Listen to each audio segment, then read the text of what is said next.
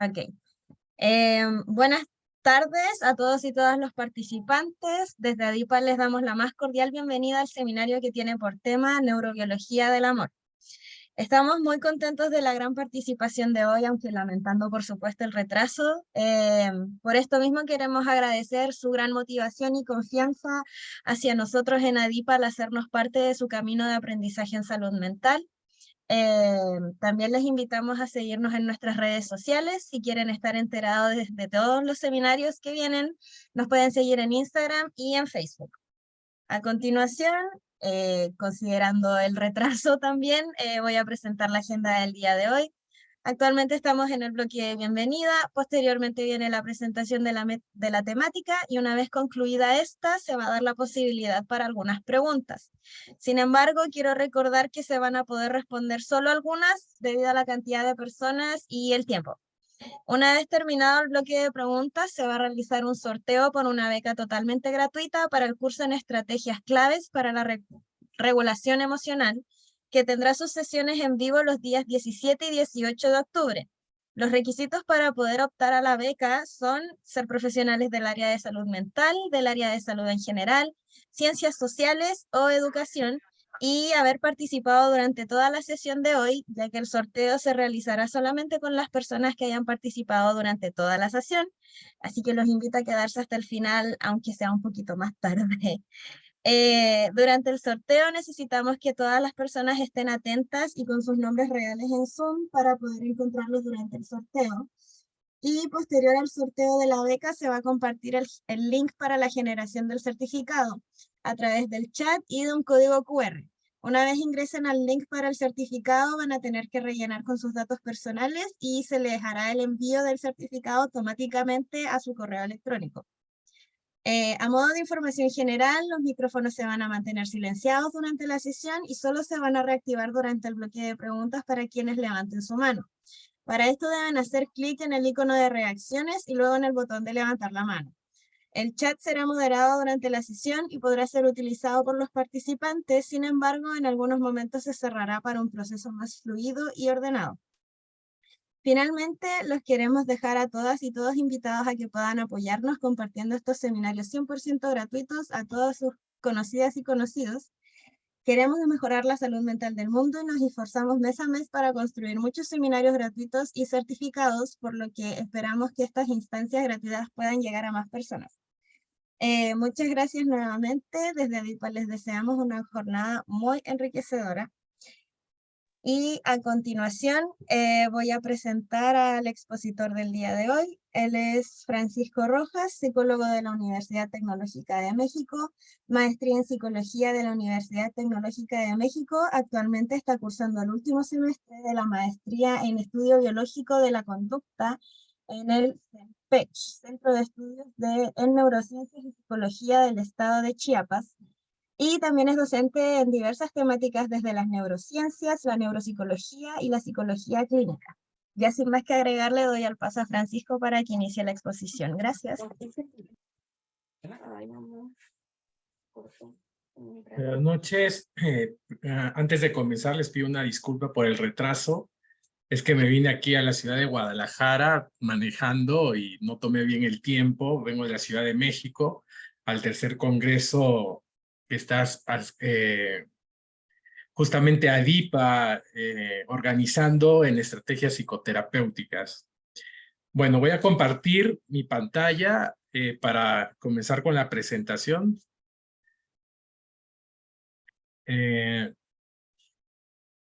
¿Sí se ve?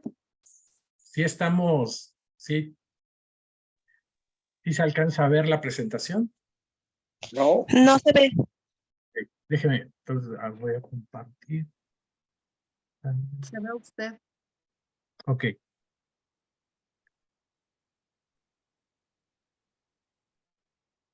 Ahora sí, ahora sí. ¿Ahora sí? Listo, listo. Sí se ve, Ok. sí se ve.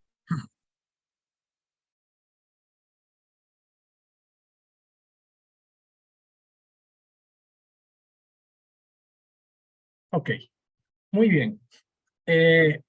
Este pequeño seminario es un poquito el poder entrar a cambiar un poco nuestra perspectiva acerca de cómo es que hay un componente a nivel neurobiológico que está incidiendo en la conducta. Y esto es muy importante porque desde nuestra conformación profesional como psicólogos, y debe haber la mayoría deben ser psicólogos, pero bueno, desde el punto del funcionamiento de esta parte de la mente, generalmente le damos peso a la parte cognitiva, al pensamiento, la emoción, y de alguna manera dejamos de lado el aspecto que tiene que ver con el funcionamiento cerebral. Esta parte neurofisiológica de cómo se organizan las neuronas, cómo éstas pueden llegar a comunicarse, a transferir determinada información que de alguna manera, por decirlo, mueve nuestra conducta y que hay una injerencia de esta parte biológica, de esta parte neurofisiológica dentro de esta respuesta conductual. Yo me centré en este seminario de hablar un poco para poder entender desde este contexto sobre el amor. Y hay una pregunta que dice, ¿y tú amas con el corazón o con el cerebro? Esta es la primera interrogante que tenemos nosotros para poder partir de aquí con el resto de la ponencia. No sé si alguien me puede decir si amamos con el corazón o amamos con el cerebro. Que levante su mano y quiera participar. Ok, Claudia, por favor. Hola, pues yo con el estómago, ¿no? Ahí se siente, no, el cerebro es el que segrega todos los neurotransmisores, dopamina, oxitocina. Ok, muchas gracias. A ver, Gabriela, ¿tú qué opinas? Yo siento que en este tiempo todos amamos con el cerebro. Ok, muy bien. Sandra. Bueno, yo siento que depende de la etapa de edad. Creo que cuando somos adolescentes, jóvenes, amamos con el corazón. Nos llevamos muchas veces por las emociones. A como vamos creciendo y madurando, vamos comprendiendo que hay que incluir el cerebro. Y a estas alturas, ya después de cierta edad, ya madura, pues ya es más el cerebro que el corazón.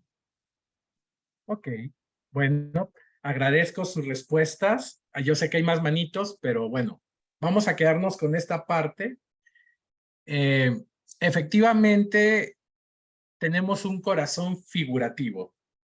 El corazón figurativo es este corazón que se toma para escribir los poemas, para estructurar todo este amor romántico, las canciones, la poesía. Pero de alguna manera, el fenómeno perceptivo para que yo pueda sentir el amor está en el cerebro. El cerebro libera una serie de sustancias a nivel neuroquímico que va a crear, que va a permitir de que se pueda reproducir esa sensación que nosotros llamamos maripositas en el estómago, ¿no? ¿Ok?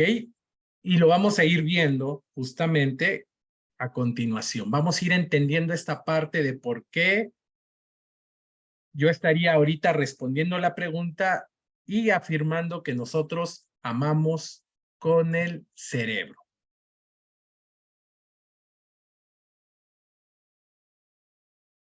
El enamoramiento. Desde la parte inicial de cómo se establecen los vínculos afectivos está esta palabra, enamoramiento. El enamoramiento es una etapa, si están ustedes de acuerdo conmigo, que se vive con mucha intensidad, con mucha pasión. Es una etapa en la que tú no ves, de alguna manera, por decirlo, la realidad como tal, porque estamos en una parte de fantasía. Incluso la persona con la que nosotros estamos vinculando, estableciendo estos vínculos, la vemos perfecta. O me van a decir de que ustedes en ese momento se ponen a pensar si le huele la boca, si le apestan las patas, si es que es si está feo o no. No, para ustedes puede ser la supermodelo o el Brad Pitt. Y esto tiene una explicación desde el funcionamiento cerebral.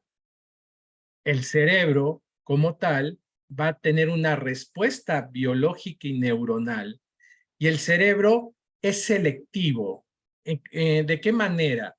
El cerebro va a filtrar de los estímulos que está recibiendo, va a quedarse con aquellos que afiancen lo que nosotros queremos ver, lo que nosotros queremos ver como realidad. Entonces, de alguna manera sencilla, por decirlo, el cerebro te va a engañar y te va a dejar ver lo que tú quieres ver.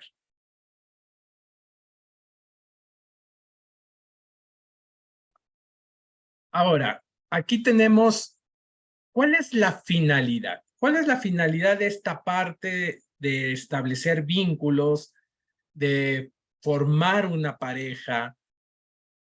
Desde un aspecto biológico, es garantizar la continuidad de la especie. ¿Y esto cómo se garantiza? Ah, bueno, si no fuera placentera determinada acción, ¿nosotros la volveríamos a repetir? Claro que no. Entonces, por eso el sexo, la alimentación y otras conductas biológicas innatas que garantizan la supervivencia tienen que generar este nivel de placer, este nivel de satisfacción. Porque esa experiencia, ese fenómeno que detonan a nivel neuroquímico es el que nos hace que nosotros volvamos a repetir la conducta. Si no fuera placentero, entonces no habría manera de que nuestro cerebro manipulara, por decirlo de alguna manera, a través de esta liberación neuroquímica, el que nosotros volvamos a repetir una conducta. Entonces, a través de estas conductas placenteras, se produce como el apareamiento, se puede obtener una descendencia, y esa descendencia garantiza la especie. Esto es importante tenerlo en cuenta, porque de alguna manera, entonces quiere decir que toda conducta que hasta cierto punto me provoca placer, es una conducta que puede realizar cambios plásticos a nivel cerebral y que yo voy a repetir para obtener determinado placer. Y es por eso que existen las adicciones. Las adicciones tienen ese elemento de que promueven, que liberan a nivel neuroquímico esa sensación de placer, de sentirme bien, y que va a causar cambios a nivel neuroplástico. Esto quiere decir de que tu cerebro cambia a nivel estructural, conectivo y funcional. Y que de alguna manera el cerebro, esta conducta tan placentera y que se vuelve repetitiva, va a tener un cambio de adaptación, cambios adaptativos, y lo va a tomar como un mecanismo de supervivencia. Por eso, todas estos aprendizajes que son tan placenteros, son tan difíciles de dejarlos. ¿Por qué? Porque el cerebro te los va a pedir. El cerebro los va a buscar, va a manipular tu conducta a través de liberar determinados recuerdos, determinadas sensaciones, y es así como el cerebro, de alguna manera, induce. ¿Hasta aquí hay alguna pregunta?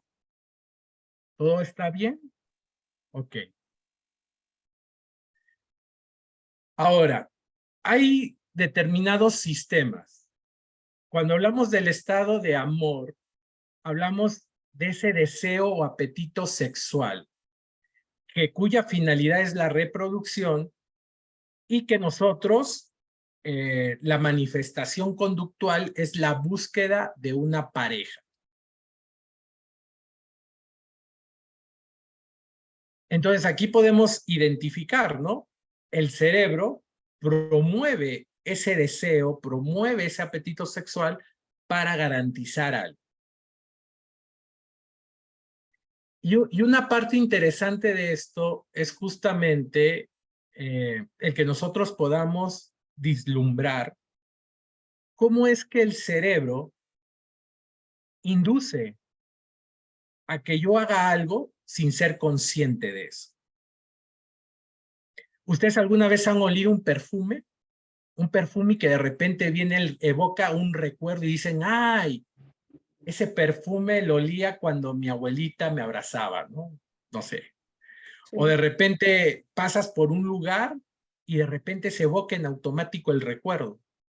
Y tú dices, aquí conocí a Miguel, esa vez que nos vimos y nos miramos tan fijamente y nos dimos nuestro primer beso de amor, ¿no? Entonces, es así como el cerebro, de alguna manera, se activa. Y en ese momento, a través del olor del perfume, a través de mirarle un lugar, empiezas tú a evocar sensaciones. Claro, esto es positivo, ¿no? Pero imagínense una persona adicta que pasa por el lugar donde fumaba marihuana y cuando camina por ahí empieza a sentir el olor, empieza a percibir porque se activa la ínsula, en la ínsula que es la que crea todo este fenómeno y se activan otras estructuras cerebrales y la persona empieza a evocar esa información y entonces empieza a sentir ansiedad y va a querer desplazar su conducta para conseguir nuevamente eso que le generaba placer. Pero todo eso no es consciente. El cerebro se está activando para inducir la conducta.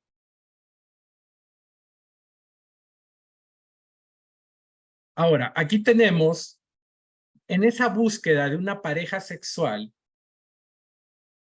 hay una activación de determinadas estructuras. Entre ellas está el hipotálamo. El hipotálamo es una estructura que conecta el sistema nervioso con el sistema endocrino.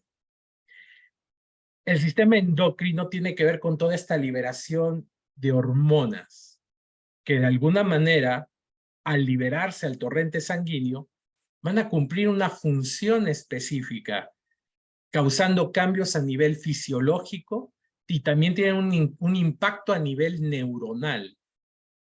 Y no solo eso, también alteran el estado de ánimo. Y estas hormonas que se liberan en búsqueda de esa pareja son los andrógenos y los estrógenos.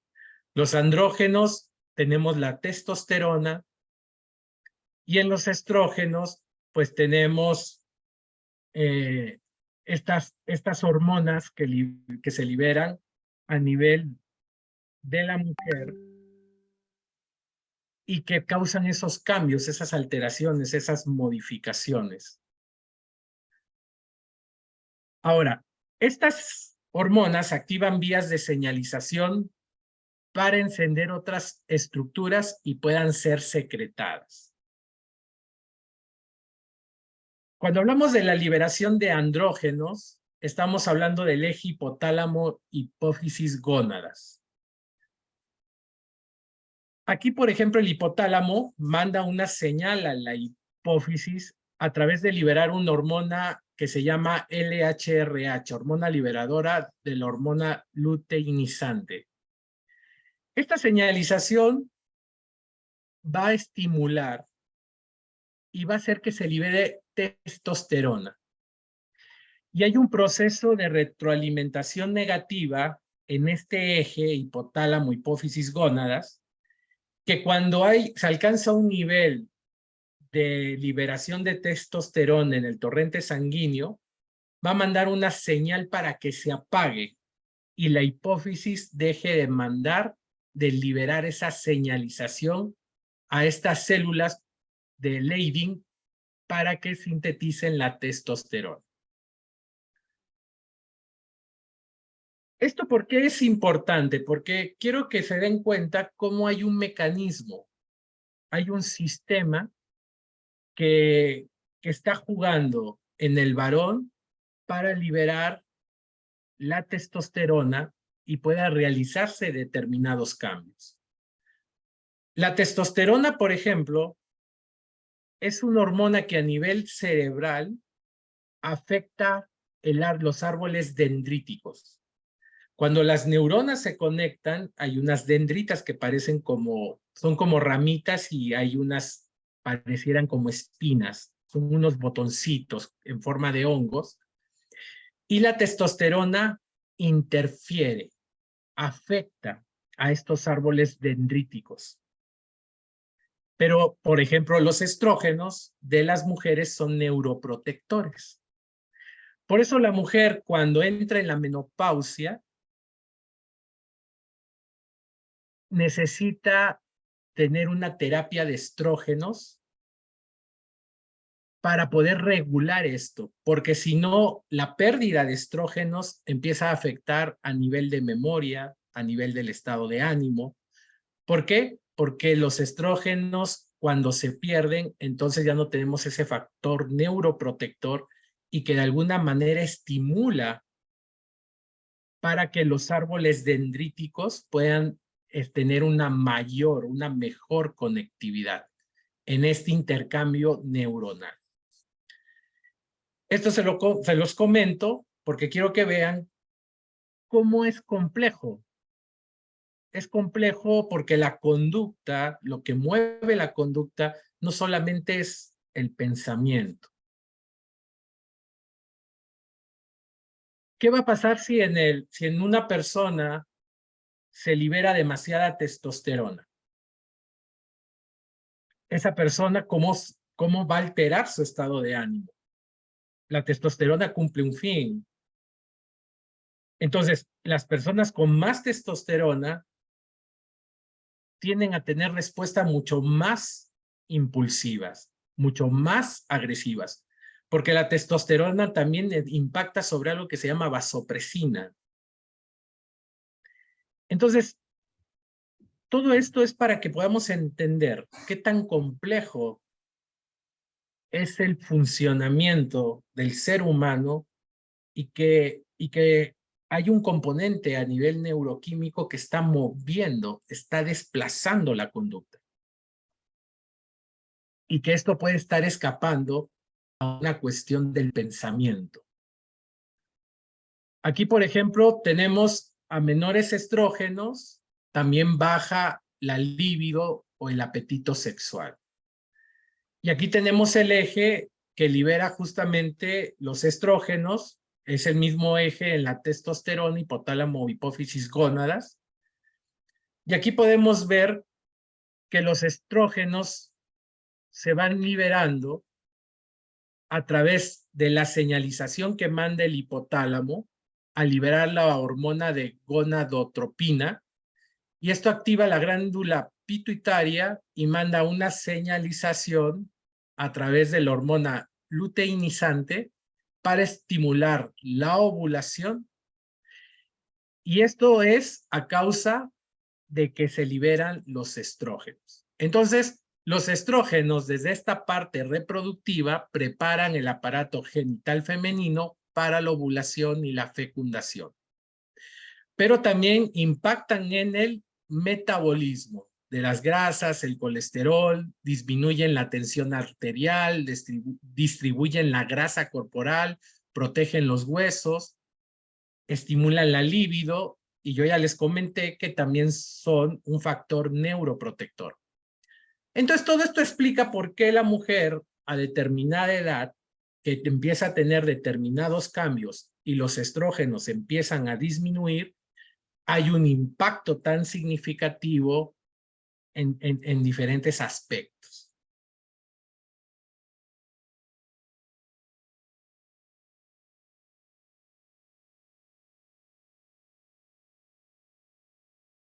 Aquí tenemos el sistema nervioso central y aquí en este diagrama podemos ver que interactúa con el sistema endocrino, como yo les comentaba,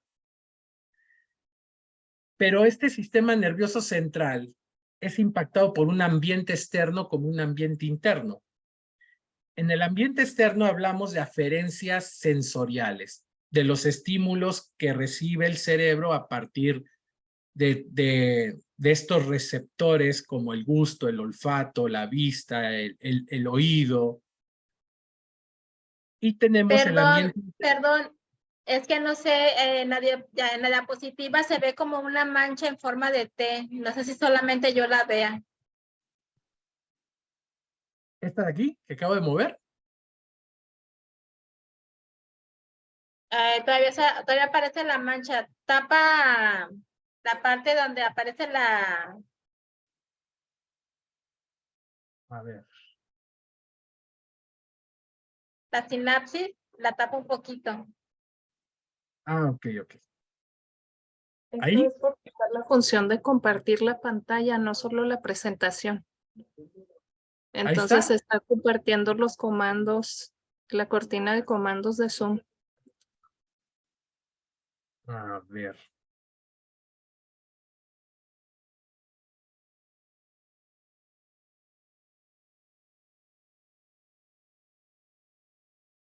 Ahí, mejor. Ahí, por ejemplo, se ven como cuando abrimos todas las cámaras. Ahí Ya se sigue quedó. viendo la Ya mancha. quedó. ¿Ya Ahí quedó? se ve mejor. Ok. Bien. Entonces, el sistema nervioso central está en interacción constante con el sistema endocrino, que regula el metabolismo, la presión arterial, el crecimiento, el desarrollo, la reproducción y ciertos aspectos conductuales. Pero este sistema nervioso central requiere de información que proviene justamente de la interacción con un ambiente externo, que son estas aferencias sensoriales, como les platicaba, que es simplemente la estimulación que proviene de la interacción con el entorno y que va a llegar a través de nuestros sentidos.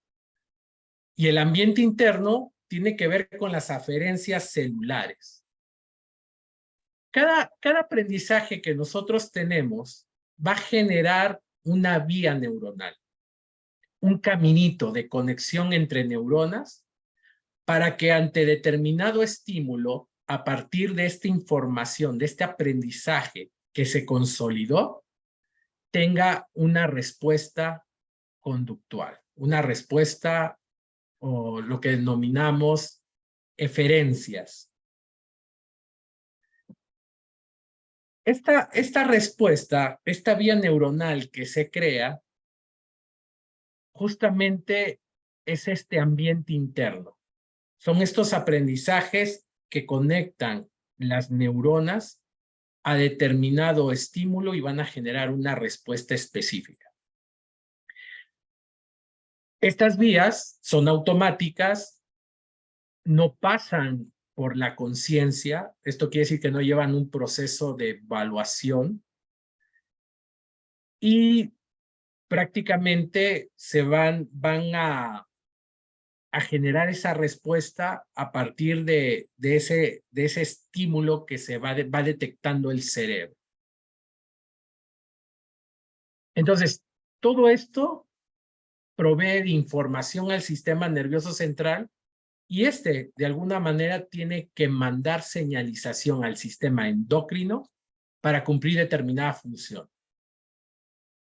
Si yo voy caminando y encuentro una serpiente, se va a activar mi amígdala, se va a activar mi hipocampo para evocar un recuerdo, una información, Pero yo para ponerme en ese sistema de alerta, va a haber una respuesta endocrina, ¿no? Va a aumentar mi ritmo cardíaco, mi respiración, mi circulación, porque se tiene que preparar para hacer frente a la amenaza. A esto es lo que yo me refiero.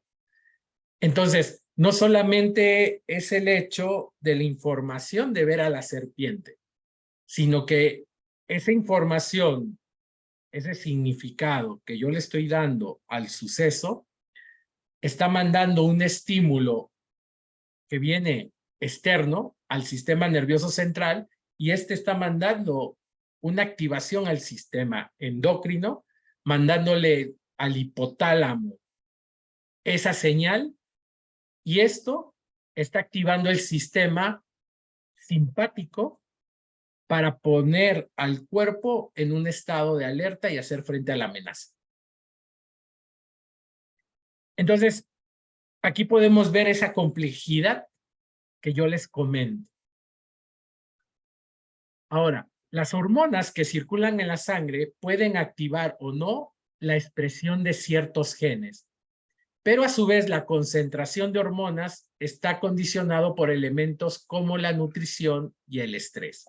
Aquí todavía ya está haciendo más complejo todo, porque ya te está diciendo que la hormona del estrés, el cortisol, está jugando un papel importante. Porque el cortisol, de alguna manera, está impactando también a nivel metabólico. Y el nivel metabólico tiene que ver con el procesamiento de azúcar o de glucosa, del colesterol y de otras sustancias más. Entonces, la nutrición, el comer apropiadamente también da un componente adicional para que todos estos sistemas que estamos ahorita viendo de alguna manera trabajen de forma adecuada. Por ejemplo, hablar del cortisol como una hormona que se libera ante un suceso amenazante, está comprobado de que en etapas de gestación, si la madre está sujeta a un gran estrés, el cortisol cruza el líquido amniótico y va a impactar a nivel del cerebro, de conformación del cerebro del producto y va a realizar cambios a nivel estructural, conectivo y funcional, a tal punto de que este niño, el eje de regulación del cortisol va a ser mucho más reactivo. Quiere decir que un estímulo X amenazante que requiera que se libere el cortisol al torrente sanguíneo, en estos niños que estuvieron sujetos a esta desregulación, va a ser muchos más reactivos que un niño que no tuvo esos factores ambientales. Entonces, en ese punto, podemos ver el impacto a nivel hormonal.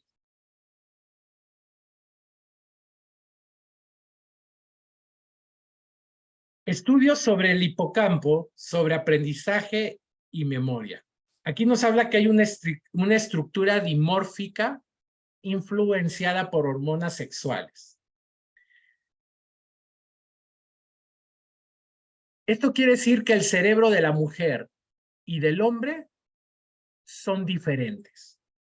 La mujer tiene un hipocampo 25 a 30% más grande que el cerebro del hombre. Esto quiere decir que la mujer puede evocar recuerdos con mayor precisión, puede evocar recuerdos con una mayor facilidad, con más detalle, Y esto porque su hipocampo es mucho más grande. Y no es tan complicado el comprobar esta diferencia a nivel del cerebro del hombre con la mujer. Si ustedes le han preguntado, las mujeres le preguntan a su pareja, oye, gordo, ¿te acuerdas cuando fuimos a tal restaurante y de repente comimos y pedimos este caviar y nos dieron una botella de champán? Es muy probable que su pareja ni siquiera recuerde, que diga, no lo recuerdo. Entonces, esto es un aspecto, ¿no? Las hormonas tienen impacto en cómo el cerebro se estructura. Y no solamente las mujeres tienen un hipocampo más grande que el del hombre. Hay otros cambios a nivel dimórfico que las hace diferentes. Las mujeres son mucho más inteligentes. Su cuerpo calloso es mucho más grande y está mucho más conectado. Por lo tanto, las mujeres pueden procesar información de una manera mucho más rápida que el hombre. Y no solamente en eso, hay otros cambios que diferencian al hombre de la mujer a nivel cerebral. Por ejemplo, la mujer, ante situaciones muy estresantes, tienen una problemática. Ante situaciones muy estresantes, no pueden tomar decisiones fácilmente. Claro, esto no es determinista, porque finalmente todos tenemos la capacidad de aprender y a través del aprendizaje se hacen cambios plásticos. Pero sí hay como una base que diferencia el cerebro del hombre y de la mujer. Y todo Maestro, esto, ¿sí? Perdón, una pregunta. Ahora que está muy en boga el tema con la comunidad trans, estas explicaciones que usted proporciona, que son totalmente científicas, ahora ya hay una como conducta a ser negacionista la biología y la ciencia. ¿Cómo se aplican en caso de que uno se tope con una persona en una terapia, por ejemplo?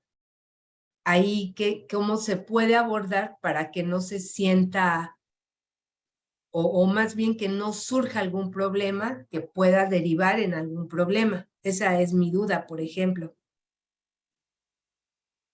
Ok. Bueno, yo creo que aquí el problema podría ser que fuéramos muy deterministas.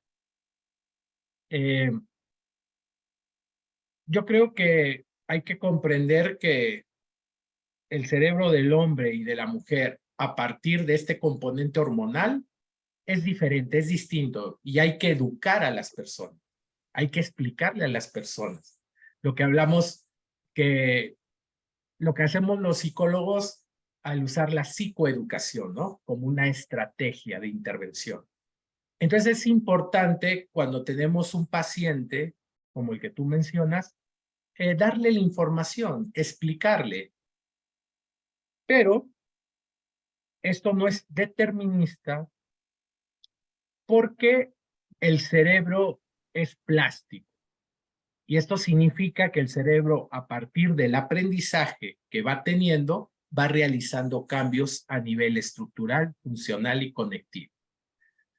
Es por eso que nadie tiene la justificación de decir no puedo cambiar. Esa frase que dicen genio y figura hasta la sepultura no aplica desde el funcionamiento cerebral. Porque el cerebro tiene esa capacidad de adaptación, de cambio. Claro, se ve mermada conforme avanza el tiempo. Por eso una persona, un adulto mayor, es más complejo de que cambie su modo de pensar, su perspectiva de vida, porque también las capacidades plásticas del cerebro disminuyen. No sé si contesté tu pregunta. Claro que sí, muchísimas gracias. Ok. ¿Alguna otra pregunta que tenga?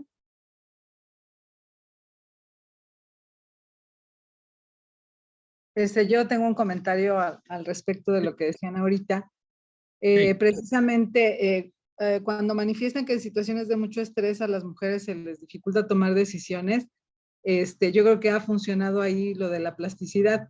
Las mujeres manejamos tal cantidad de información, ¿no? Porque tenemos que ver con los hijos, con el esposo, con la casa, con el trabajo, etcétera, etcétera, etcétera, que hemos aprendido a tomar decisiones rápidamente, ¿no? Entonces yo, por ejemplo, he observado en muchos casos, sobre todo cuando hay hijos que se accidentan o que se está ahogando, lo que hace el esposo es tomar al niño y dárselo a la esposa. Y la esposa es la que tiene que actuar ahí, ¿no? Me ha tocado verlo muchas veces y generalmente toman decisiones rápido y bien, ¿no? Afortunadamente a mí no me ha tocado el caso, pero sí lo he visto y con agrado veo que las mujeres pueden tomar decisiones rápido y buenas decisiones. Gracias.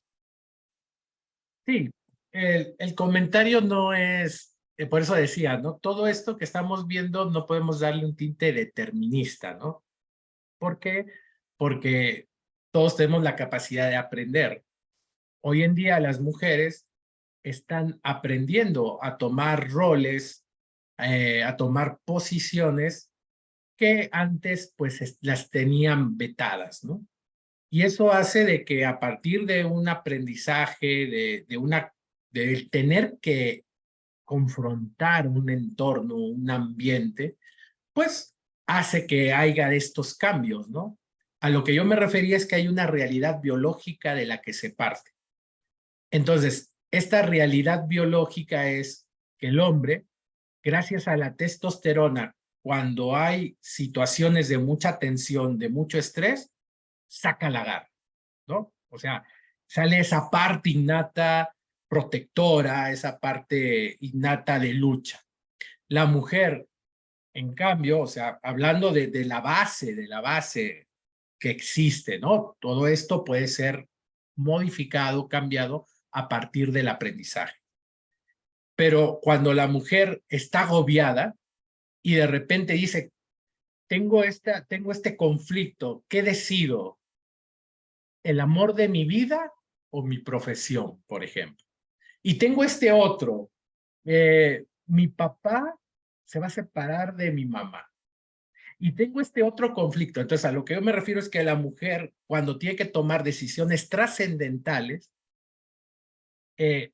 a nivel cerebral, partiendo de una base cerebral, tiende a bloquearse. Esa sería la palabra. O sea, decisiones trascendentales, la mujer lo piensa mucho, mucha vuelta, demasiado, y se puede ver agobiada, ¿no? Pero repito, estamos hablando de una base. De allí, a partir de los aprendizajes de vida, de cómo enfrentan las situaciones, puede haber estos cambios, ¿no? Como comentaba la compañera, de que pueden tener reacciones rápidas a determinados sucesos.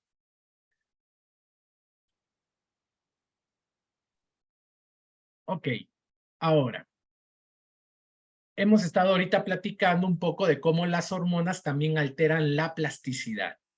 Y esto produce determinados efectos. Las hormonas, al tener que ver con la plasticidad, estos cambios a nivel estructural, funcional y conectivo que sufre el cerebro, de cómo organizan las neuronas, de cómo trabajan las neuronas, estos efectos se dividen en dos tipos, organizador y el efecto activador. El organizador habla justamente de los cambios morfológicos sobre las estructuras cerebrales. Un niño que ha sufrido maltrato, abuso sexual, tiene una amígdala mucho más grande. Por ejemplo, tiene un giro del cíngulo también mucho más conectado. Entonces, y hay otras estructuras que se alteran. A eso se refiere con estos efectos organizadores. Y luego tenemos los efectos activadores, que hablamos de células diana que facilitan conductas en contextos específicos. Esto se refiere a cómo las células van a activar, van a liberar diferentes químicos para producir este intercambio de información ante determinados contextos. Por ejemplo, lo que yo les comentaba,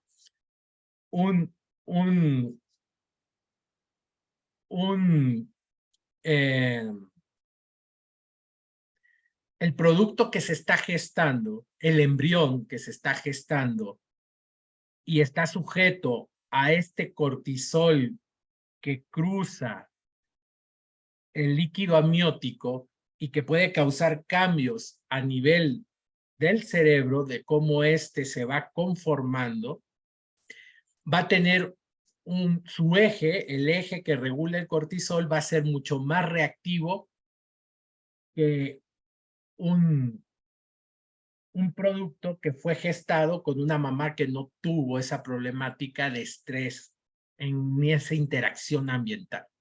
A eso se refiere con el efecto activador. La literatura de neurociencias muestra que el cerebro humano es un órgano de tipo sexual con distintas diferencias anatómicas en las estructuras neuronales y las diferencias fisiológicas acompañantes en la función. ¿Qué es esto que hemos estado comentando, no? Tenemos aquí una célula endocrina que manda señalizaciones y libera hormonas en torrente sanguíneo, y estas hormonas llegan a las células diana y estas van a tener respuesta, que era lo que les estaba comentando, por ejemplo, con el cortisol. En 1849, Arnold Adolph Berthold realizó el experimento que originó el nacimiento de la endocrinología como ciencia. ¿Qué hacía él? Castraba gallos. Y él, cuando castró gallos, vio que la castración provocó cambios a nivel fisiológico de las gallinas. Bueno, de los gallos, perdón. Y entre estos cambios, pues hubo una atrofia de la cresta, y también él mencionaba que desapareció la conducta agresiva del macho y que disminuyó la libido. Esta parte del interés de procrear o de pisar a la gallina. Entonces Berthold demostró que si administraba a estos gallos extracto testicular crudo o se les trasplantaban los testículos, los síntomas eran revertidos. Entonces ahí hubo tres grupos. El grupo 1, que fueron castrados,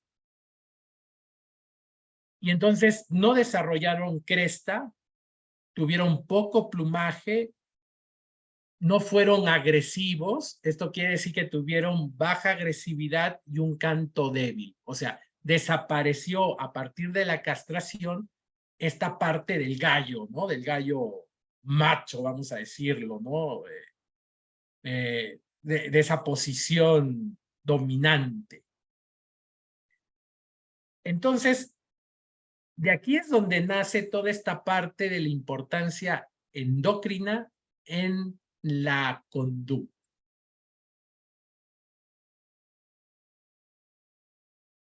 Ahora, otro sistema importante es esta cuestión de la atracción o amor romántico.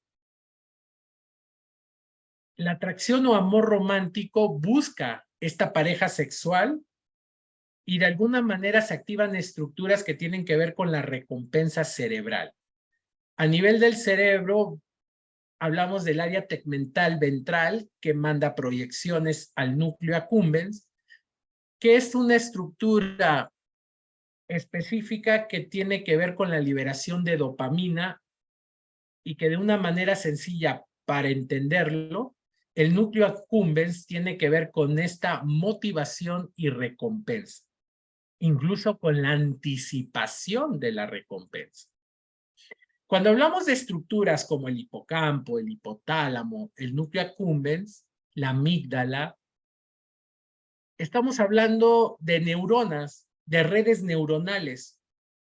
¿Sí? Es como si las viéramos en un microscopio, estaríamos viendo un montón de neuronas, así como una red de computadoras que están todas enlazadas y conectadas y que están intercambiando información a nivel químico y algunas a nivel también eléctrico.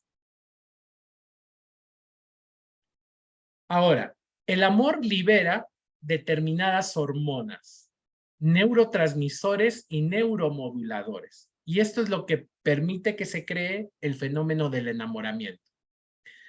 Dentro de los neurotransmisores que son liberados a nivel del sistema nervioso central, en determinadas estructuras, como el núcleo accumbens, tenemos la dopamina, la oxitocina y la serotonina. O sea, estos tres principales componentes químicos son los que se liberan y que permiten que se cree el fenómeno del enamoramiento. La dopamina se libera en vías mesolímbicas que conectan al núcleo accumbens y tiene que ver con el placer. La oxitocina tiene que ver con la parte del apego, con la parte de la interacción social, con la parte de conectar con la otra persona. Cuando uno conecta con otra persona, se libera oxitocina.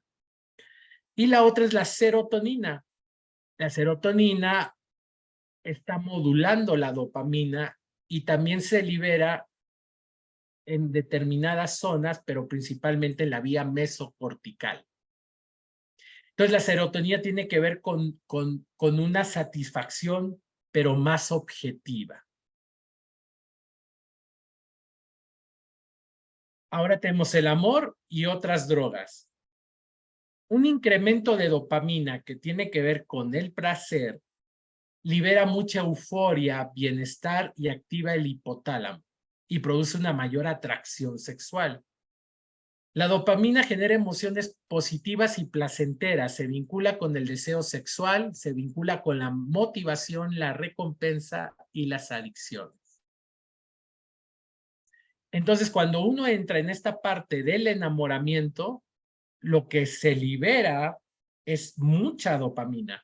Por eso el enamoramiento podría compararse con un fenómeno adictivo. La serotonina, andas en mi cabeza. Allí está Homero enamorado y está pensando en Marge. Se está liberando la serotonina.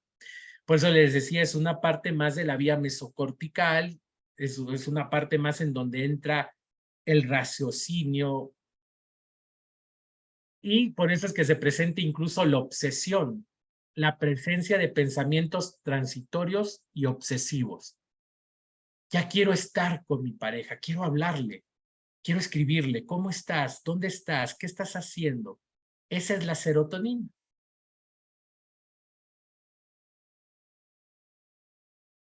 La oxitocina, con la vasopresina, hablamos del apego en el cerebro, que es lo que les decía justamente de esta parte, que cuando nosotros tenemos esta interacción social, este contacto con el otro, se libera la oxitocina.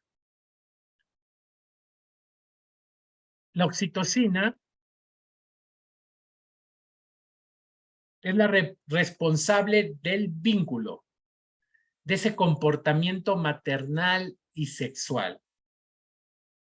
La actividad que más libera oxitocina es el acto sexual, porque en el acto sexual hay este contacto cuerpo a cuerpo, abrazos, besos, caricias, palabras.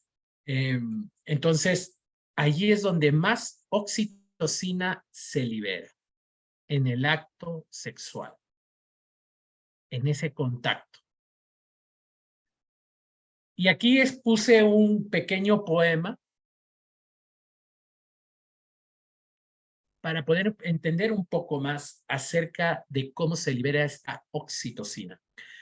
Dice, avaricio tu cuerpo, tu suave piel resbalando en la mía, tu piel, mapa memorizado en sal, avaricio ese palpito lingual en mi saliente, bombeando pierna adentro. Ritual despertador de nuestros instintos, saliva compartida, efluvios unísonos. Avaricio, tu sencilla desnudez, la decadencia de alientos, nuestras miradas perdidas que se buscan. Tu nuca abierta a mí, la fragilidad de esa ascensión momentánea que nos traslada al cuerpo del otro, donde morimos otra vez en vida, donde vivimos un instante en muerte.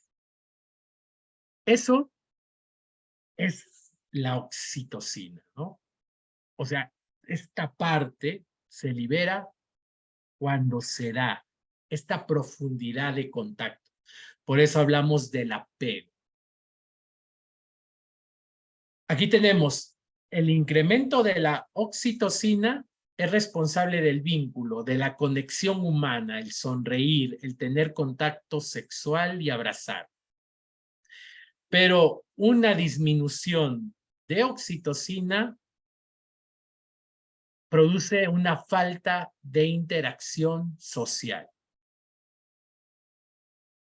Entonces, cuando la pareja, de repente viene la mujer y dice, gordo, ven, te voy a abrazar, ven, ven, ven.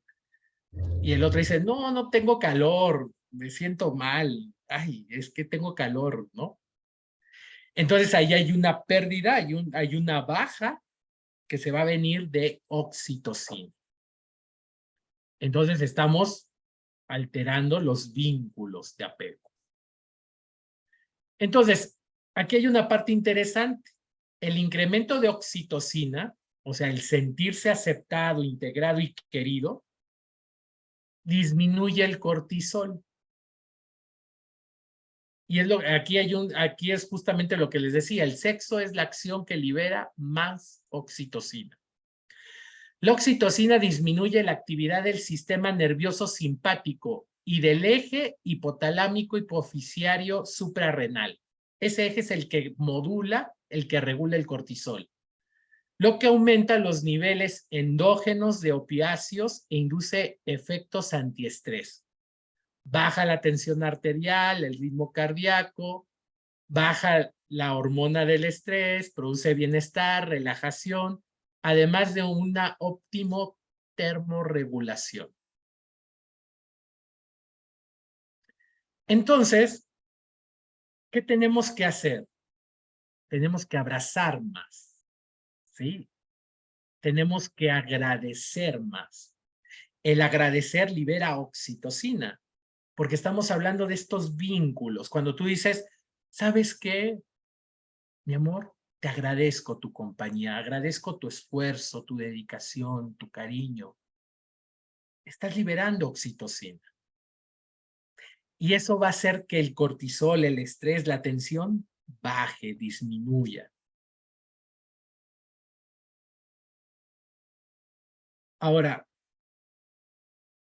¿cuándo se frena la producción de oxitocina? Cuando hay un contexto amenazante. Si aumenta la adrenalina, aumenta la testosterona, cae la oxitocina. Entonces ya podemos entender. Voy manejando y se me cierra un coche y entonces yo me bajo y digo, órale, bájate, vamos a darnos en la madre, ¿no? O sea, se mueve la adrenalina, la testosterona, pero la oxitocina, esta parte del apego, esta parte que nos ayuda a conectar con el otro, desaparece, porque no la necesito. Ay, me bajo a darle en la madre y quiero oxitocina, pues no, ¿verdad? Porque no voy a abrazarlo. Oye, vamos a darnos un abrazo. No. Entonces, fíjense cómo el cerebro, bueno, el cuerpo como organismo, si entra en un contexto requiere que se liberen ciertas sustancias y quita otras. ¿Qué opinan de esto? ¿Qué opinan hasta aquí? A ver si pueden participar 2 personas.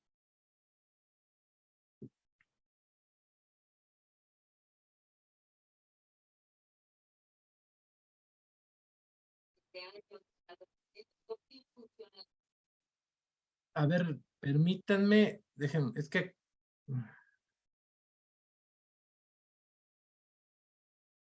A ver, ¿quién levantó la mano? Andrea, por favor. Pues me hace totalmente sentido. Hay sustancias que son mutuamente excluyentes, son incompatibles simplemente por los efectos tan contrarios que generan. Claro, ¿no? Si yo necesito ponerme en una posición de alerta, de lucha, pues no voy a necesitar oxitocina, ¿no? Porque no le voy a dar un abrazo, un beso, no le voy a decir, oye, vente, vamos a hacer el amor, ¿no? No voy a hacer eso. Entonces, la oxitocina tiene que disminuir, ¿no? Eric, por favor. Sí. En primer lugar, quería agradecerle por su excelente exposición y sin duda creo que estaba en lo correcto. Yo siempre les digo, te quiero con todo mi hipotálamo. Claro. Ok, Eric, muchas gracias. ¿Alguien más? A ver, otro más. ¿Qué opinan hasta aquí? Profesor, soy Blanca. ¿Qué les parece todo esto? Bueno, a mí me parece que la información que nos está brindando, pues es de suma importancia para poder comprender las relaciones interpersonales y cómo es importante la química, ¿no? La química de nuestro cerebro. Como dice usted, pues un cerebro estresado, químicamente no está listo, ¿no? Pues para tener relaciones interpersonales sanas, ¿no? O esto, ¿no? Si vamos a tener relaciones sexuales, pues obviamente no, un cerebro estresado pues no va a estar listo para ello. Entonces a mí me parece de suma importancia conocer toda esta biología y en concreto quiero preguntarle, ¿qué sabe usted acerca del hipocampo? Que nos estaba diciendo hace un momento acerca de la memoria, ¿verdad? Había escuchado que este va a madurar en la primera infancia con el apego seguro, a los 18 meses, 2 años de edad de los niños. Y obviamente también había escuchado que el hipocampo, cuando hay mucho estrés, el estrés tóxico, ¿no? Entonces va a disminuir y entonces se va a activar más la amígdala. ¿Es así o si sabe usted algo al respecto? Sí, efectivamente lo que estás mencionando es correcto, ¿sí? El hipocampo es una estructura que está relacionada por darle una funcionalidad a esta cuestión de la memoria, el aprendizaje. Todas estas estructuras van madurando desde etapas tempranas. La última en madurar es justamente la que tiene que ver con la regulación emocional. En los hombres llega a madurar hasta los 25 años y las mujeres hasta los 21. Pero otras estructuras a nivel conectivo, a nivel neuronal, se van consolidando y se van conformando en edades tempranas y una de ellas, como tú bien lo mencionas, es el hipocampo. Efectivamente, cuando hay trauma, cuando hay un estresor muy fuerte, se atrofia el hipocampo y la amígdala se vuelve más reactiva. Por eso se ha encontrado en estudios sobre el trauma, sobre el abuso sexual, la violencia física, psicológica, que la amígdala se vuelve más grande. Entonces, para entenderlo de una manera, un cerebro que tiene estas alteraciones ante un estímulo específico va a ser mucho más reactivo. O sea, si vamos a hablar en términos de un cerebro normal, entre comillas, que no ha estado sujeto a este evento traumático, a estos hechos desencadenantes, va a poder gestionar mejor los estímulos que un cerebro que ya tuvo esos aprendizajes. Porque finalmente lo que hablamos es aprendizaje. El aprendizaje es lo que hace los cambios plásticos. ¿Sí? ¿Sí te contesté, Blanca? Sí, a ver si lo estoy entendiendo bien. Es porque el hipocampo, al guardar las memorias, y la memoria es un proceso importante del aprendizaje, es por ello que usted lo comenta, que, digamos, las personas, ¿no?, que hayan tenido menos trauma o que no hayan tenido trauma, que yo creo que es raro, digamos, tienen un hipocampo más maduro y por lo tanto podrá ayudar a la autorregulación, vaya.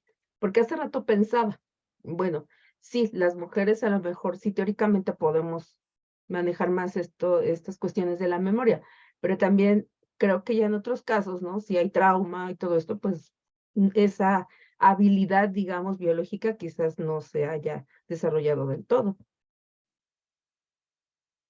Bueno, es que, como te digo, ¿no? Los aprendizajes de alguna manera son los que van modulando esta plasticidad, ¿no? Porque recordemos que el hablar de cambios plásticos es hablar de cambios a nivel de cómo se conectan las neuronas, de cómo liberan esos químicos, y ahí es donde se produce esa alteración, ¿sí?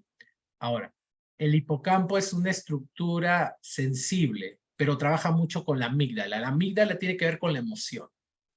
Es la que activa la emoción. Entonces, si yo hablo de una evocación a nivel emocional, estamos hablando de una conexión amígdala-hipocampo. ¿Sí? Entonces, un hipocampo más grande, más consolidado, puede jalar mayor precisión y detalle de esos recuerdos, de esa memoria.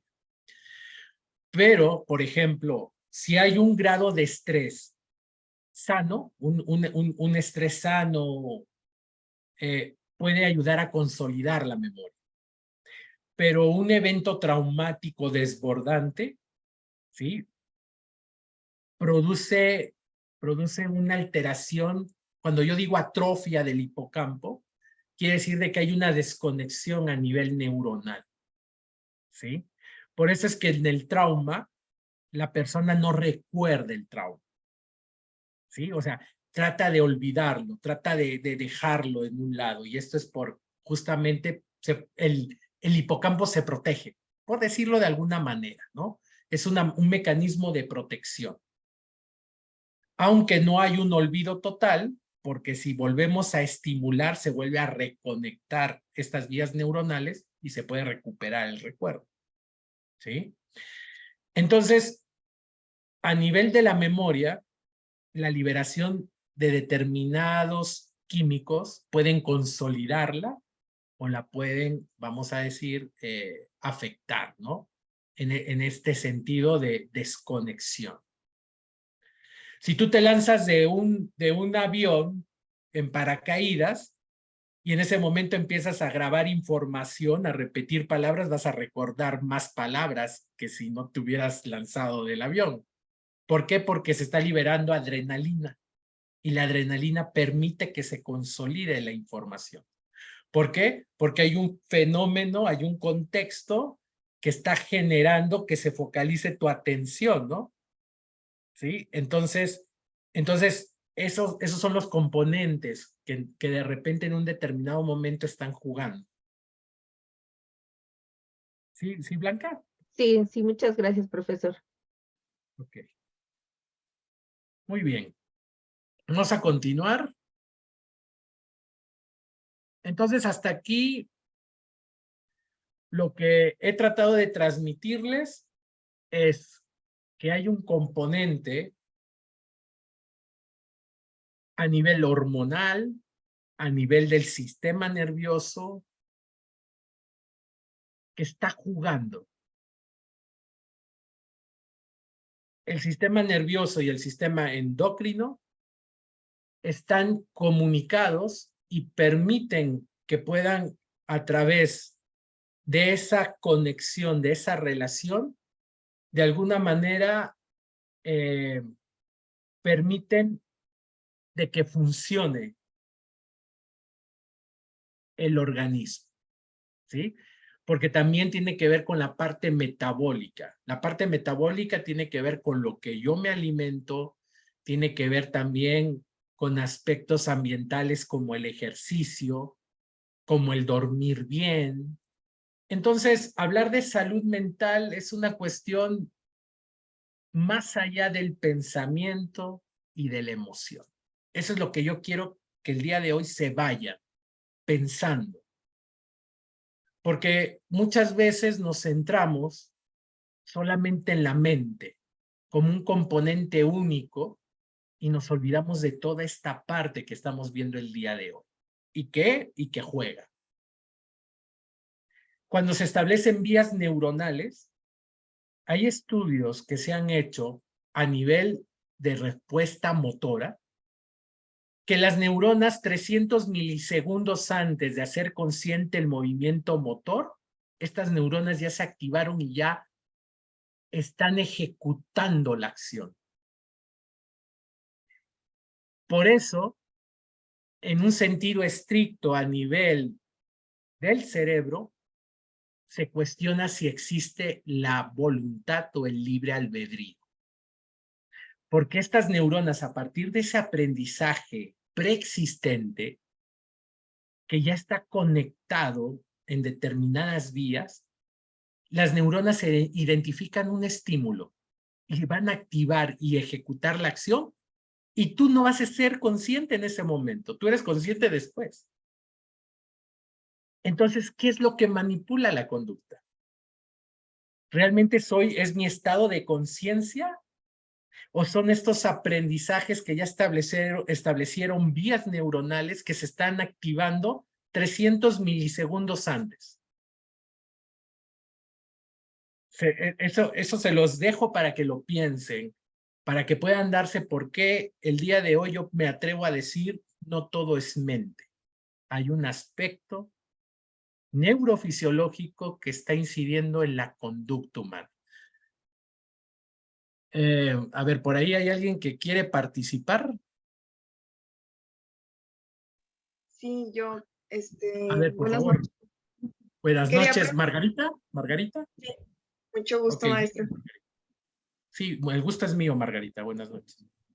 Buenas noches. Quería preguntarle, es que yo me quedé atrasada en la parte del eje del hipotálamo hipófisis con la célula de Leydig, lo que era el feedback negativo en el hombre. Yo no entendí esa parte o no alcancé a escuchar.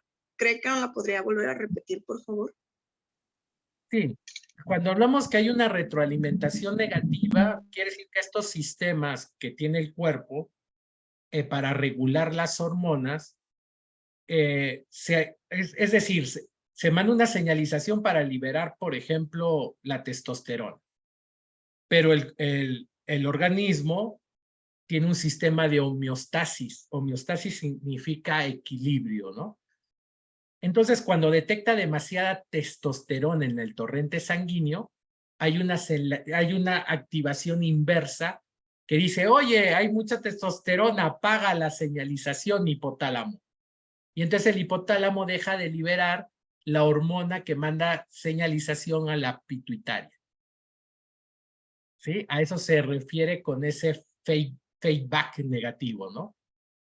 Que es una forma en cómo a partir de llegar a un nivel de liberación de una hormona, se manda una señalización para desactivar, vamos a decir, de abajo hacia arriba, para que ya no se esté liberando.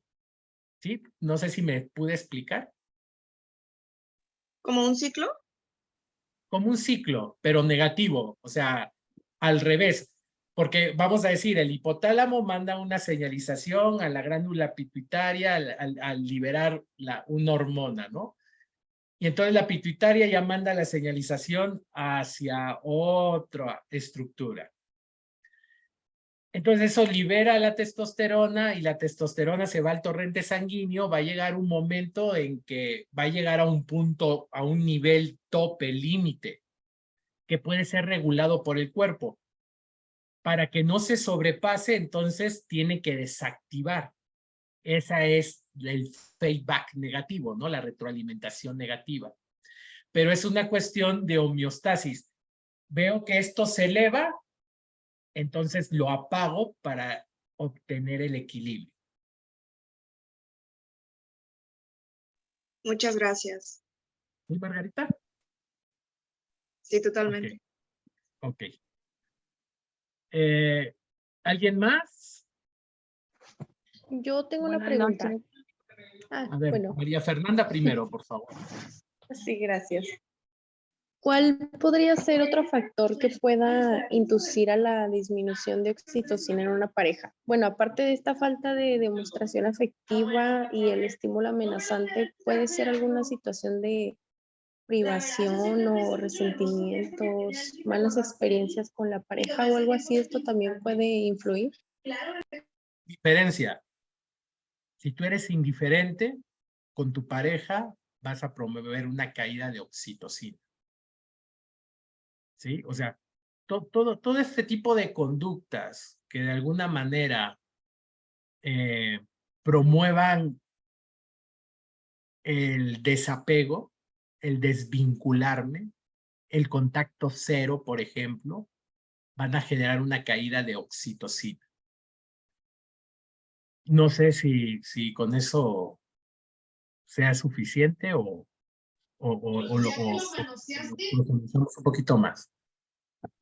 No, sí, eso es justo lo que quería saber, si estas como actitudes de indiferencia, de las cosas que, no sé, que de pronto pueden parecer importantes para una persona y para la otra no pueden generar esta disminución. Muchas gracias. No, gracias a ti, María Fernanda. Candy, me parece que por ahí también Candy quería participar. Sí, maestro, buenas noches. Saludos desde Sí, Chiapas. Agradeciendo su amable y la verdad, definitivamente lo que nos comparte la noche de hoy, muy valioso, porque, bueno, me queda claro en lo personal que nosotros somos totalmente emociones, pero emociones desde el punto de vista debemos de ser conscientes y responsables de lo que sentimos, porque muchas veces evitamos sentir y decimos, ay, mejor voy por una pastilla y ya, ¿no? Ya me controlo según uno y evito sentir y nuestro organismo por dentro está, por decirlo de una manera, ¿no? Y evitamos el sentir, evitamos el hacernos responsables de nuestro cuerpo tan mágico, la verdad, todo lo que nos dijo, imagínense, estamos hablando y todo lo que pasa dentro de nosotros, oxitocina y todo un rollo, ¿no? Al momento de tener un contacto físico, el contacto emocional y precisamente me queda excelente pues todo su conocimiento que nos compartió el día de hoy, que nos comparte y nos queda en eso precisamente. Le agradezco y muy, muy, muy bonito todo. Gracias. Y sobre Gracias, perdón, sobre la pregunta que nos decía, que si somos recuerdos, ¿no? O sea, ¿y cómo le hago yo para olvidar o vuelvo a cometer los mismos errores? Yo considero, bueno, en esta parte de que si yo no me hago responsable y hago como un stop en mí, puedo volver a cometerlos hasta que no me quede claro qué es lo que pasa en mí, porque no voy a ser responsable a los demás, sino que a mí, qué es lo que pasa en mi cuerpo, ¿no? Digo, sobre la pregunta que nos hizo. Ok. Gracias. Bueno, sí, Candy, gracias a ti. Antes de pasar con Rocío, que ahí veo que levantó la mano, de una manera rápida, es un poco, tenemos que entender que los aprendizajes, una vez que se establecen estas vías neuronales, son automáticos. Esto quiere decir que no pasan por la conciencia, se van a disparar de manera automática. Eso hay que tenerlo en cuenta y claro. ¿Por qué? Porque cuando nosotros hacemos intervenciones terapéuticas con nuestros pacientes, vamos a crear un nuevo aprendizaje, vamos a crear una vía neuronal diferente. Pero eso no quiere decir que la vía neuronal previamente existente y que es más cimentada no esté ahí latente y se vaya a disparar. Porque esa está hecha, esa está pavimentada, es de 5 carriles, y el nuevo aprendizaje que tú le estás dando a través de una intervención terapéutica es de una vía y de piedritas. Entonces, cuando sucede un estímulo y la persona tiene que tener una respuesta ante ese estímulo, lo más probable es que aparezca la vía neuronal más cimentada. Y esa es la lucha que va a tener siempre el ser humano en esta cuestión de un cambio. Claro, se puede cambiar. Estos cambios plásticos, según los experimentos que se han hecho en ratas, que son experimentos preclínicos, no tardan 21 días. 21 días se tarda en poder iniciar un hábito. Pero esto tarda aproximadamente 1 año para poder haber un cambio plástico representativo, al menos que haya un impacto tan fuerte como un trauma o una emoción tan representativo desbordada que produzca un cambio plástico mucho más contundente y rápido, ¿no? Entonces aquí estaríamos hablando que a mayor estimulación, mayor impacto para que pueda haber un cambio representativo. Pero si esto es un aprendizaje paulatino, progresivo, estamos hablando aproximadamente de 1 año para poder incorporar un hábito. ¿Sí? Bueno, era algo que quería compartirles. Y en ese contexto, las cosas, los aprendizajes no se olvidan. ¿Sí? O sea, sí hay algo que se llama depresión a largo plazo, que se desconectan las neuronas, determinadas vías por falta de estimulación. Pero si se vuelven a estimular, se vuelven a reconectar. Entonces, aquí en esta cuestión de olvidar, no vamos a olvidar. Si queremos verlo desde la parte de vínculos afectivos, de la pareja, de estos aprendizajes, lo que tenemos que hacer es poner eso que me está dañando, que me está molestando en un lugar que ya no me suba al corazón. O sea, no lo voy a olvidar, le voy a poner en el lugar que le corresponde para que ya no me afecte. Sí, esa sería un poquito lo que tendríamos que hacer. Rocío, por favor.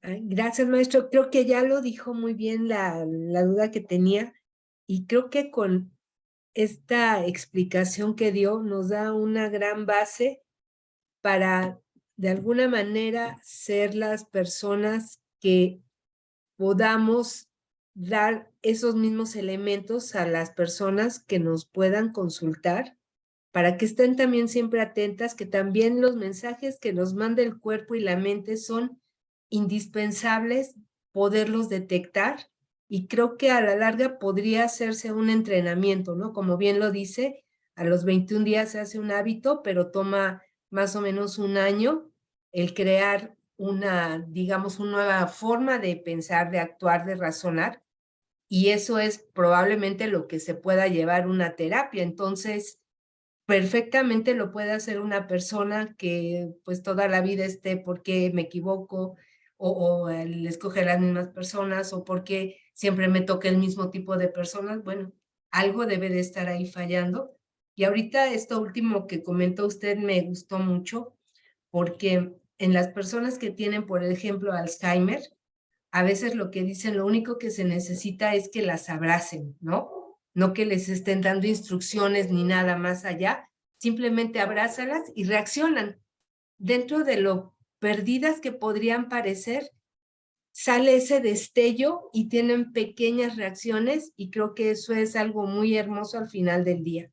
Muchas gracias por esta plática que dio, muy buena, muy productiva. Gracias a ti, gracias a ti. Francisco, por favor. Hola, buenas noches. Buenas noches. Mi pregunta era, estando hablando de todo el proceso que ya se explicó, ¿es el mismo funcionamiento para las personas que son neurodivergentes? En este caso, en este ejemplo estamos hablando de personas neurotípicas, pero con las personas neurodivergentes como que tengan problemas con la corteza prefrontal para el control y regulación de sus emociones, ¿funcionaría de la misma manera? Esa es una. Y dos, hablando de la situación de la neuroplasticidad, entonces cambiaría completamente el enfoque en cuanto al déficit de atención e hiperactividad. Bueno, ya no se catalogaría como tal, como algo patológico. Ok. Bien, de la primera pregunta que me haces, es hablar de neurorehabilitación, ¿sí? ¿Cuál es el límite que se tiene con esta cuestión del cerebro, su capacidad de regenerarse, ¿no? Lamentablemente sí tiene un límite. Hay ciertos mecanismos o sistemas que tiene el cerebro para poder conseguir su equilibrio. Algunos es la compensación, otro es la sustitución, y esto tiene que ver, por hablar de una manera simple, de que las neuronas adyacentes ante una lesión o un daño van a tratar de compensar la funcionalidad de las neuronas que se perdieron. No, los estudios demuestran que no hay una, vamos a decirlo, una recuperación al 100%. Las neuronas sí llegan a cubrir, o sea, determinadas funciones de las neuronas que se perdieron, o de alguna manera buscan compensar con otras vías neuronales el funcionamiento perdido. Y esto se logra a través de la estimulación. O sea, a estas neuronas que van a tratar de cubrir a las neuronas que perdieron funcionalidad por una lesión determinada, necesitan una estimulación constante para poder llevar a cabo este cambio plástico. Porque finalmente recordemos que plasticidad neuronal es estimulación constante, repetitiva a partir de un aprendizaje. Y que van a hacer van a forzar de que las neuronas se vuelvan a reconectar para realizar una función específica. De la segunda pregunta que haces,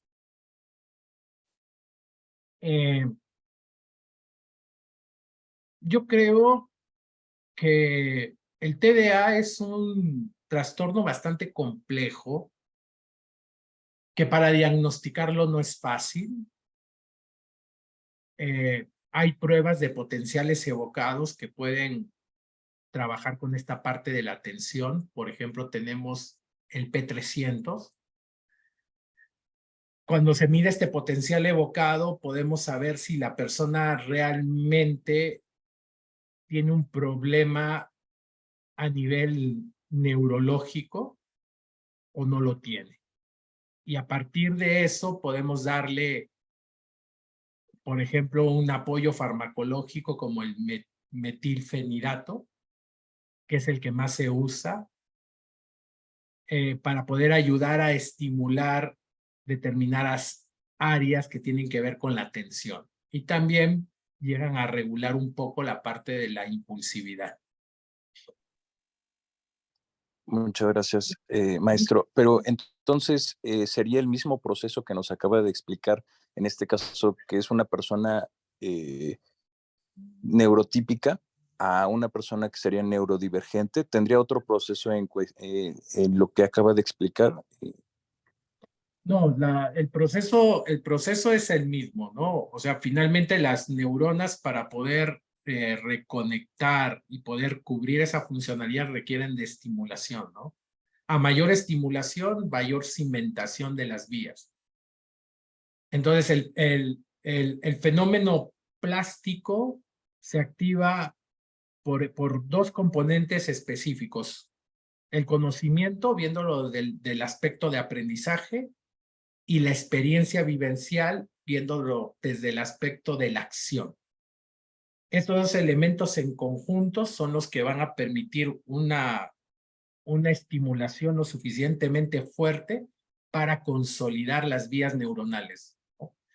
Cuando hay una persona con lesiones que tiene dañado de repente cierta área del lóbulo frontal, pues las neuronas que están alrededor van a tratar de suplir esa funcionalidad, pero no va a ser al 100%, ¿no? Ahí tenemos el caso de Phineas Gage, que le atravesó una barra, ¿no?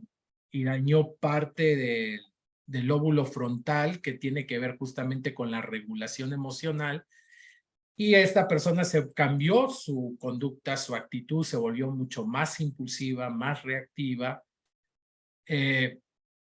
Pero bueno, en ese tiempo no se conocía, ¿verdad?, sobre la plasticidad neuronal, pero los estudios indican que estas estructuras dañadas, las neuronas que están alrededor van a tratar de compensar la funcionalidad. No al 100, pero van a tratar, siempre el cerebro va a tratar de encontrar su homeostasis. ¿Sí te contesté, Francisco? Sí, maestro, muchas gracias. Para más información de eso, puedes ver mecanismos de neurorehabilitación, y ahí vas a poder conocer cómo el cerebro trata, ¿no?, de ayudar, de compensar cuando hay una lesión en determinada estructura, ¿no? Ya se produjo una pérdida representativa de neuronas, pero a partir de la estimulación de estos aspectos, conocimiento, experiencia vivencial, van a ayudar a que se consolide. Gracias, maestro. Teresa, gracias a ti, Francisco. Teresa. Sí, hola, buenas noches. Primero que nada, pues agradecerle. Realmente la información que da es muy vasta, me deja mucho que pensar.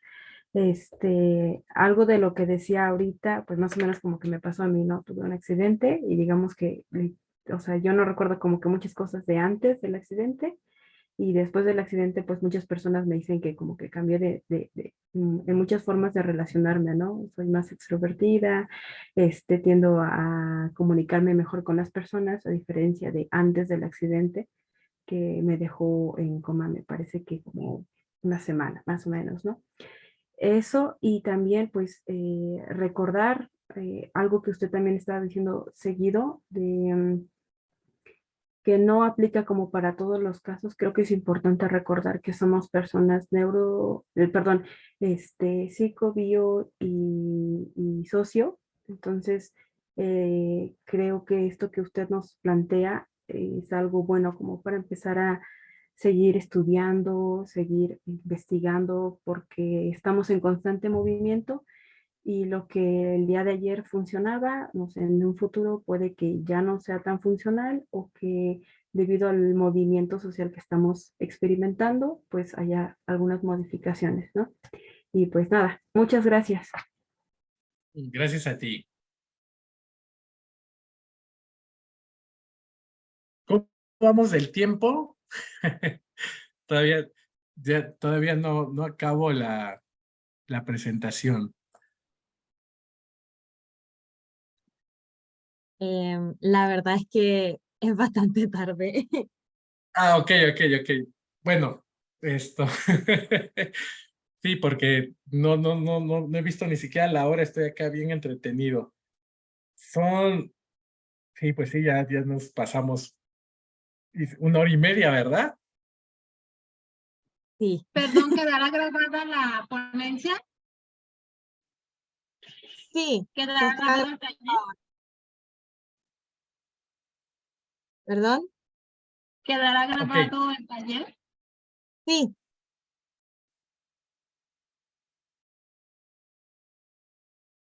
Bueno, para terminar voy a cerrar con esto de la oxitocina. Es un tema bastante apasionante y me gusta mucho. Es bastante información. El hecho de que ustedes participen, pues bueno, nos mete un poco en toda esta temática. Pero pues siempre falta tiempo, ¿no?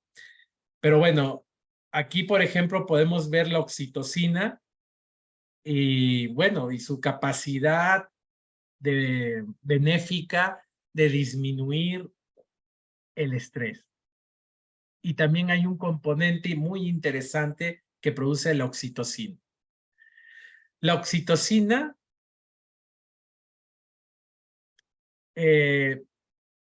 inhibe la liberación de procesos inflamatorios a nivel de la microglía.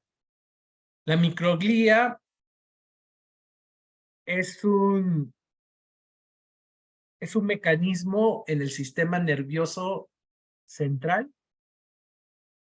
que sensa, que monitorea y que funciona como una especie de sistema inmunológico. Cuando detecta algo amenazante para el cerebro, va a liberar una serie de químicos, interleucinas, interferones, factores neurotróficos, proinflamatorios. Pero esa inflamación, si permanece mucho tiempo a nivel del sistema nervioso central, puede producir muerte neuronal. La oxitocina previene todo eso. La oxitocina es un factor neuroprotector. Entonces, el establecer buenas relaciones con papá, con mamá, con los hijos, quitarte del odio, del rencor, abrazar, convivir, es darte vida, es tener salud mental. Y no solamente del aspecto mente, del aspecto pensamiento, emoción, sino también en el aspecto neurofisiológico y endocrino. Y con esto, pues, cierro el día de hoy este seminario. Me hubiera gustado seguir compartiendo con ustedes, pero bueno, ahora sí, no sé, podemos, si quieren preguntar un poquito más, algunas preguntas que tengan, y bueno, y ya con eso, pues ya nos vamos despidiendo, ¿no? Entonces, algunas preguntas más que quieran hacer.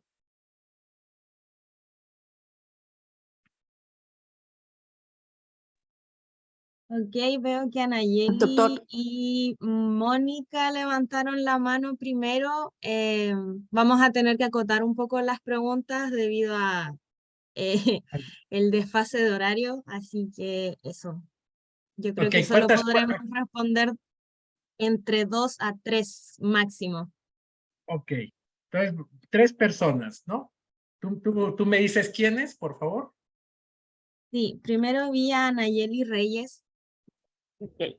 Buenas noches a todos. Antes que nada, pues muchas gracias por esta pequeña charla. Fue de muchísima ayuda y muchísimo aporte, pero a mí me surgió una duda. Si hay algunos factores fisiológicos que hagan que unas personas sean más propensas a caer en la adicción del enamoramiento. A nivel del cerebro, estaríamos hablando del trauma. Ok. ¿Por qué?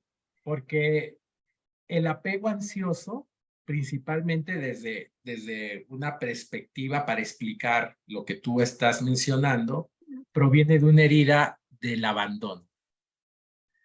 La herida del abandono es la que nos lleva a esta parte del trauma, y el trauma es el que llega a hacer cambios a nivel estructural, funcional y conectivo en el cerebro, lo que hace a la persona a determinados estímulos más reactivo o lo pone en alerta en este miedo a ser abandonado. lo que lleva al apego ansioso, a esta ansiedad de poseer, de retener, de aferrarse para no quedarse solo, para no volver a sentir el abandono. Entonces, a nivel del cerebro, vas a tener una amígdala más grande, vas a tener una mayor liberación de cortisol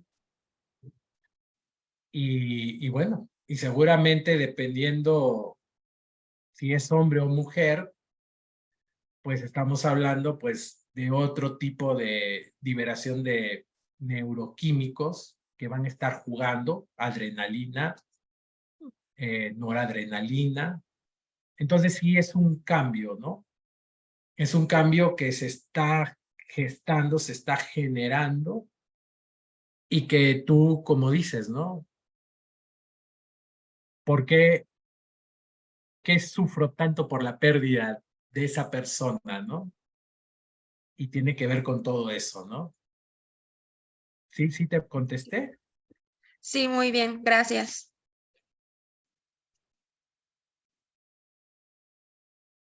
¿Alguien Ok, más? Diana y Mónica después. Ok. Diana, por favor. Buenas noches. Yo tengo una duda. ¿En una persona asexual se vería afectada la oxitocina u otros químicos del cerebro para desarrollarse como persona? Sí. ¿Por qué? Porque finalmente, como les comentaba, el cerebro sufre cambios adaptativos a partir de los aprendizajes ambientales, ¿no? Hablar de una cuestión genética de herencia es complejo.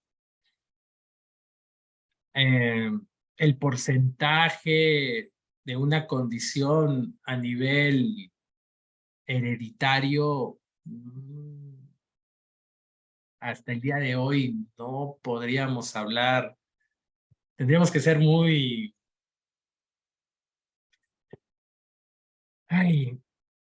muy deterministas para decir de que es un factor relevante, ¿no?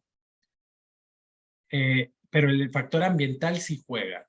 Y el factor ambiental puede hacer de que el cerebro libere más de una hormona, más de un neuromodulador, más de un neurotransmisor. Y esta alteración, pues, hace que el fenómeno sea distinto, ¿no? De una persona a otra. Esa sería mi respuesta. Diana, ¿verdad? Sí, gracias. ¿Otra pregunta más? La última, ¿verdad? Mónica Gómez. Mónica.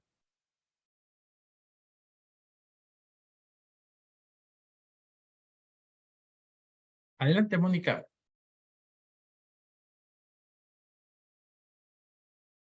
Parece que no está. Entonces cambiamos a otra. Ok, Candy García. Sí, nuevamente, doctor, con lo que usted comentaba precisamente, pues abrazar más, ¿verdad? Tenemos que abrazarnos más, compartir nuestros abrazos y pues darle siempre para adelante, dijera, ¿no? Porque somos totalmente emociones. Gracias, doctor. Gracias. No, gracias a ustedes. Bueno, yo les agradezco, les pido una disculpa porque no comencé puntual. Ahí, bueno, la idea de todo esto es que yo pueda compartir el conocimiento que tengo con ustedes y espero haber cumplido con el objetivo de este seminario, que era que nos llevemos de alguna manera este cambio de percepción, de mirada, de que podamos darnos cuenta que el ser humano es un todo. y que podamos realizar intervenciones terapéuticas más eficientes tomando en cuenta esta parte neurofisiológica, esta parte del sistema nervioso central, esta parte endocrina, porque tiene que ver. La salud mental proviene de dormir bien, de comer bien, de hacer ejercicio y de cuidar tu corazón, figurativo, ¿no? Cuidar qué es lo que guardo a nivel emocional, qué es lo que guardo a nivel del pensamiento. Y eso nos va a hacer que estemos sanos, contentos y felices. Gracias, doctor. Lindas palabras. Gracias. Bueno, agradecer a la participación de cada uno de ustedes en el seminario el día de hoy y también agradecer a Francisco Rojas por la excelente exposición que dictó el día de hoy.